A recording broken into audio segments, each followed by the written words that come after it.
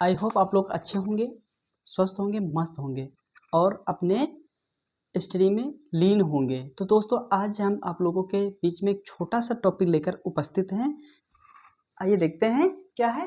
Kolkata doctor दीदी murder rape case, यानी कि आज हम पढ़ेंगे किसके बारे में, क्या सच्चाई थी, कैसे कैसे उनके साथ दुष्कर्म हुआ, क्या क्या नहीं हुआ, किसने इस को अंजाम तक पहुंचाया था। तो आइए देखते हैं दोस्तों।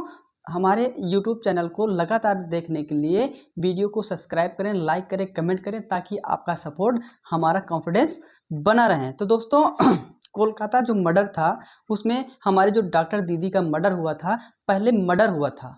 क्या हुआ था? पहले मर्डर हुआ था, फिर रेप किया गया था। तो आइए देखते हैं, हम लगातार इसको अच्छे से समझते हैं और क्या सच्चाई थी, क्या कहाँ तक थी, उसको हम आप समझेंगे। कोलकाता डॉक्टर दीदी रेप मर्डर का अंजाम 8 और 9 अगस्त 2004 की रात में हुआ था। कब हुआ था? यानी कि डॉक्टर दीदी का रेप मर्डर का अंजाम कब दिया गया था? 8 और 9 की रात में। ठीक है, 8 और 9 अगस्त की रात में इस अंजाम दिया था, वारदात किए थे। ठीक है, इसका खुलासा तब हुआ, इसका खुलासा कब हुआ? तब हुआ जब कोलकाता के राधा गोविंदकर मेडिकल कॉलेज में ट्रेनी डॉक्टर दीदी की लाश मिली थी। यानी कि जब इसका खुलासा कब हुआ, यानी कि सब कुछ हो जाने के बाद, यानी कि उनका मर्डर भी कर दिया गया था और उनका रेप भी कर दिया गया था। यानी कि 1 दिन बाद ही मान चलिए, उसके बाद इनका खुलासा हुआ था। कब हुआ था? यानी कि कोलकाता के राधा गोविंदकर मेडिकल कॉलेज में ट्रेनी डॉक्टर दीदी की लाश मिलने पर इसका खुलासा हुआ था। डॉक्टर दीदी की उम्र लगभग 31 वर्ष थी, जो उस दिन 3 और डॉक्टर के साथ नाइट ड्यूटी पर थी। ठीक है दोस्तों, यानी कि उस दिन, जिस दिन डॉक्टर दीदी की मर्डर और रेप किया गया था, उस दिन और भी 3 डॉक्टरों की नाइट ड्यूटी साथ में थी। आइए देखते हैं कितने डॉक्टर थे, जिसमें से 2 डॉक्टर चेस्ट मेडिसिन डिपार्टमेंट के थे। यानी कि जिसमें से 2 डॉक्टर ऐसे थे जो मेडिसिन डिपार्टमेंट, यानी कि चेस्ट मेडिसिन डिपार्टमेंट के थे। नेक्स्ट और एक ट्रेनी थी, यानी कि और एक ट्रेनी थी और एक कर्मचारी अस्पताल के हाउस स्टाफ से था। और यानी कि इन तीनों के अलावा और भी एक आदमी था जो अस्पताल के हाउस के स्टाफ से था। ठीक है दोस्तों, आई होप आप लोग समझ गए होंगे। तो हमारे इस वीडियो को सब्सक्राइब करें और लाइक करें, कमेंट करें, शेयर करें, ताकि आपका सपोर्ट हमें कॉन्फिडेंस देता रहे। उस रात सभी डॉक्टर और कर्मचारियों ने मिलकर साथ बैठकर खाना भी खाया था। यानी उस रात, जिस रात हमारी डॉक्टर दीदी का रेप और मर्डर हुआ था, उसी रात को सभी कर्मचारियों ने साथ मिलकर बैठकर खाना भी खाया था। ठीक है दोस्तों, आई होप आप लोग समझ गए होंगे।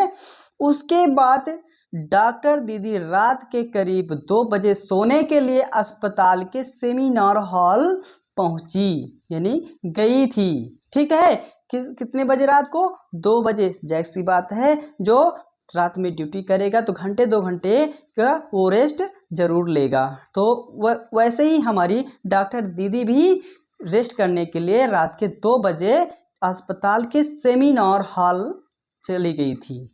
उसके बाद क्या हुआ? उसके बाद संजय राय नाम का आरोपी पीछे के रास्ते से सेमिनार हॉल में आया। यानी कि आरोपी संजय राय अस्पताल के सेमिनार हॉल में पीछे के रास्ते से सेमिनार हॉल में आया और सबसे पहले डॉक्टर दीदी की हत्या की और फिर उसके बाद रेप किया। यानी सबसे पहले उसने क्या किया? डॉक्टर दीदी की हत्या की और उसके बाद रेप किया। ठीक है दोस्तों, आई होप आप समझ गए होंगे। ठीक है, उसके बाद सबसे बड़ी बात तो ये है सबसे बड़ी बात तो ये है कि आरोपी संजय राय ना तो अस्पताल का स्टाफ था और ना ही किसी मरीज का कोई रिश्तेदार था। यानी सबसे बड़ी बात, चौंका देने वाली बात है, समझने वाली बात है। संजय राय जो आरोपी था वह तो ना कोई अस्पताल के स्टाफ का था और ना ही कोई मरीज के रिश्तेदारों में से कोई था। ठीक है, नेक्स्ट है, आइए देखते हैं आगे क्या हुआ। ठीक है, सच तो यह था कि वह कोलकाता पुलिस के लिए सिविल वॉलवियर का काम करता था। सच तो यह है कि वह कोलकाता पुलिस के लिए सिविल वॉलवियर का काम करता था। सिविल वॉलवियर का काम वही जो कि हॉस्पिटल में हमारे जो पुलिस कर्मचारी होते, बड़े बड़े अधिकारी होते हैं, वो एडमिट होते हैं, उनके सामान को ला के देता है, ये करके लाओ, वो करके लाओ, ऐसे से काम की वो हेल्प करता है, सहायता करता है, उसे वॉलवियर करते हैं के बोलते हैं। ठीक है, नेक्स्ट क्या होता है फिर आगे, उसके बाद क्या होता है, मेडिकल कॉलेज में जब कोई पुलिसकर्मी, यानी वॉलवियर का मतलब मैं आपको समझा रहा हूँ, मेडिकल कॉलेज में जब कोई पुलिसकर्मी भर्ती होता है या तो संजय राय उसकी दवाइयाँ लाने के लिए हर प्रकार की मदद करता है। ठीक है, दवाइयाँ से लेकर के पानी हो गया, खाना पानी हो गया, ऐसे सभी में वो सहायता करता है। ठीक है, करता था। ठीक है, उसके बाद बात तो ये आई सच कि जिस दिन हमारी डॉक्टर दीदी का रेप और मर्डर हुआ था, उस दिन आरोपी संजय राय, यानी कि जो आरोपी संजय राय था वह अस्पताल में ड्यूटी करने ही नहीं आया था। और आप सोच रहे होंगे कि वह रेप और फिर मर्डर कैसे किया है, तो हाँ, उसको भी मैं बताने का और समझाने का प्रयास करूंगा कि वह रेप कैसे किया और मर्डर कैसे किया। पहले तो आपने समझा ही है कि पहले उस संजय राय ने, आरोपी संजय राय ने डॉक्टर दीदी का मर्डर किया, फिर उसके बाद उसने रेप किया। तो यानी कि आप लोग समझ ही गए होंगे कि संजय राय ने पहले मर्डर किया, उसके बाद रेप किया।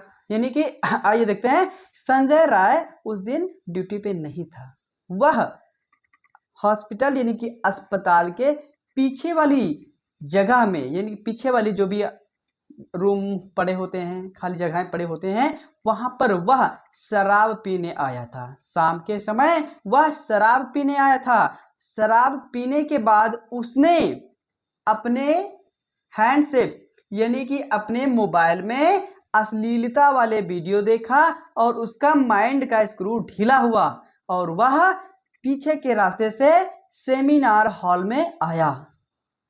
ठीक है, तब डॉक्टर दीदी के साथ इस वारदात को अंजाम दिया। ठीक है दोस्तों, आई होप आप लोग समझ गए होंगे। नेक्स्ट आता है आरोपी संजय राय, यानी कि जो आरोपी संजय राय था उसे करीब सुबह के 4:45 पर सेमिनार हॉल से बाहर जाते हुए देखा गया था।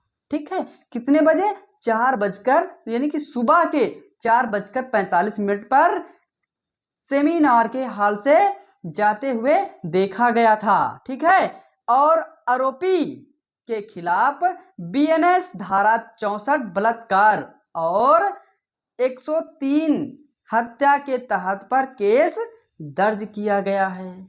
तो दोस्तों, आई होप आप लोगों को कोलकाता डॉक्टर दीदी मर्डर रेप केस अच्छे से समझ में आ गया होगा। आई होप, हम आशा करते हैं इसी तरह आप हमें सपोर्ट बनाए रहें ताकि आपके बीच में हम नए नए टॉपिक लेकर आते रहें और अच्छे से अच्छे वीडियो को हम आपके बीच में प्रस्तुत करते रहें। तो आइए मिलते हैं दूसरे वीडियो में एक नए अंदाज के साथ।